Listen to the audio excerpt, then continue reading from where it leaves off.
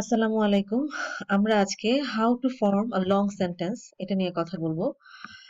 সাধারণত যেটা হয় যে আমরা যখন কোনো ট্রান্সলেশন করতে যাই, ছোট, ছোট ট্রান্সলেশন গুলা আমরা করতে পারি। ইজিলি আমরা আম ছোট সেন্টেন্স গুলো ট্রান্সলেট করতে পারি। কিন্তু সমস্যা হয় আমাদের বড় সেন্টেন্স নিয়ে। তো আমরা একটু দেখি। যেমন আমরা এখন ১ টা ২ টা ট্রান্সলেট করি সেন্টেন্স, তাহলে আমাদের কাছে আরো ক্লিয়ার হবে যে আমরা আজকে কি শিখতে যাচ্ছি। যেমন ১ম এ আছে সে আমাকে টাকা দিলেন। সে আমাকে টাকা দিলেন। এটা যদি আমি এখন ট্রান্সলেট করতে যাই তাহলে কি হবে? He gave me money. আচ্ছা। এখন যদি আমি ট্রান্সলেট করি, আমার বাবার বন্ধু আমাকে টাকা দিলেন। তাহলে আমার বাবার বন্ধু ইংলিশ কি হবে? My father's friend gave me money. আমার বাবার বন্ধু আমাকে টাকা দিলেন। এটাও আমাদের জন্য ইজি। আমরা করতে পারছি। এখন যদি এই ধরনের সেন্টেন্স আসে, গতকাল সন্ধ্যায় আমাদের বাড়িতে আমার বাবার বন্ধু আমার ছোট ভাইকে ১০ লক্ষ টাকা দিলেন।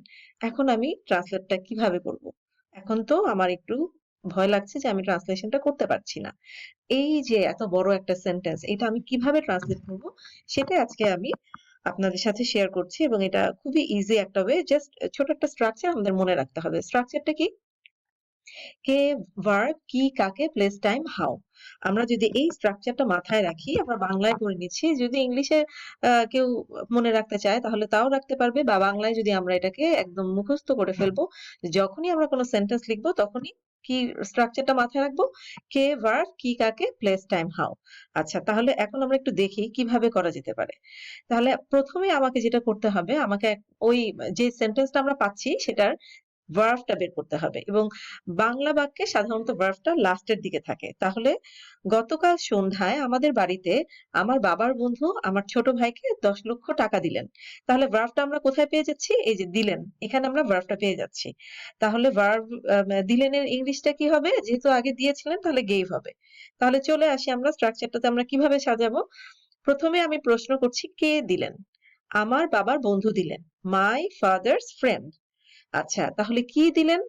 ১০ লক্ষ টাকা দিলেন। ১০ লক্ষ টাকা দিলেন তাহলে কি হবে? ১০ লাখ টাকা। আচ্ছা, কাকে দিলেন? কাকে দিলেন দেখো এখানে কি আছে? আমার ছোট ভাইকে। তাহলে my younger brother, to my younger brother. আচ্ছা, তারপরে কি আছে? প্লেস, কোথায় দিলেন? আমাদের বাড়িতে। আমাদের বাড়িতে at our house। কখন দিলেন? কোথায় কখন দিলেন? গতকাল সন্ধ্যায়। একদম শুরুতে আছে। গতকাল সন্ধ্যায় yesterday evening। এবং হাউ এখানে কিভাবে দিলেন? কথাটা নাই। যদি থাকতো যে হ্যাঁ, মন খারাপ করে দিলেন, খুশি হয়ে দিলেন, তখন সেটাও আমরা দিতে পারতাম। কিন্তু এইখানে এই সেন্টেন্সটাতে আমাদের কিভাবে দিলেন? উত্তরটা নাই। সবসময় যে আমার ফুল সেন্টেন্সে সবগুলা স্ট্রাকচারের সবগুলারই উত্তর থাকবে নট নেসেসারি। তাহলে আমরা কি পেয়ে গেলাম? কে, ভার্ব, কি, কাকে, প্লেস, টাইম, হাউ। আমরা সবগুলা উত্তর কিন্তু মোটামুটি পেয়ে গিয়েছি। এখন আমাদের জন্য বানানোটা সুবিধা হবে কারণ আমরা জাস্ট স্ট্রাকচার ওয়াইজ বসায় দিব। ট্রান্সলেশন গুলো একদমই ইজি আমরা জানি। প্রত্যেকটা ইন্ডিভিজুয়ালি। এখন স্ট্রাকচার ওয়াইজ বসায় দিলে কি আসছে আনসারটা? My father's friend gave 10 lakh টাকা to my younger brother at our house in the evening yesterday. তাহলে দেখো, কে? My father's friend. কে দিয়েছে? My father's friend. আচ্ছা, কি? 10 লাখ টাকা। এই যে 10 লাখ টাকা। আচ্ছা, কাকে? To my younger brother. K, verb, কি, কাকে? Place at our house. Time in the evening. How? উত্তরটা নাই। তাহলে এইভাবে করে যখন আমি সাজাচ্ছি তখন কিন্তু আমার ট্রান্সলেশনটা হয়ে যাচ্ছে। এখন আমার প্রশ্ন হচ্ছে যে এই যে আমি এভাবে করলাম এটাই কি একমাত্র কারেক্ট আনসার? না।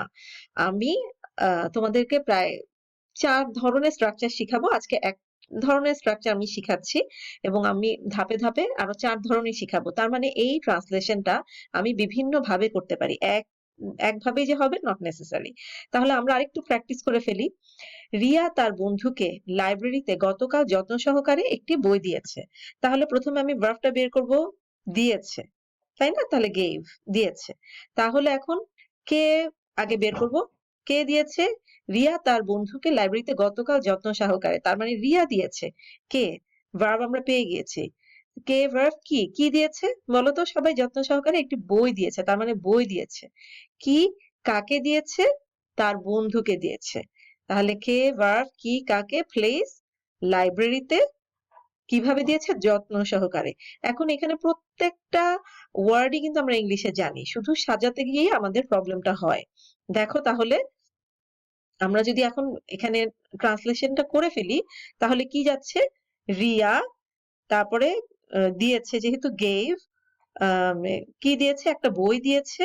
তাহলে a book কাকে দিয়েছে? তার বন্ধুকে দিয়েছে। to her friend, place, লাইব্রেরিতে, and in the library কখন দিয়েছে? yesterday এবং কিভাবে দিয়েছে? carefully। এখন কি দেখো তো সহজ হয়ে গেল না? শুধুমাত্র এই স্ট্রাকচারটা অনুযায়ী যদি আমরা করি যে কোনো সেন্টেন্স হোক, যত বড় সেন্টেন্সই হোক, সেটাই তোমরা খুব ইজিলি করে ফেলতে পারবে।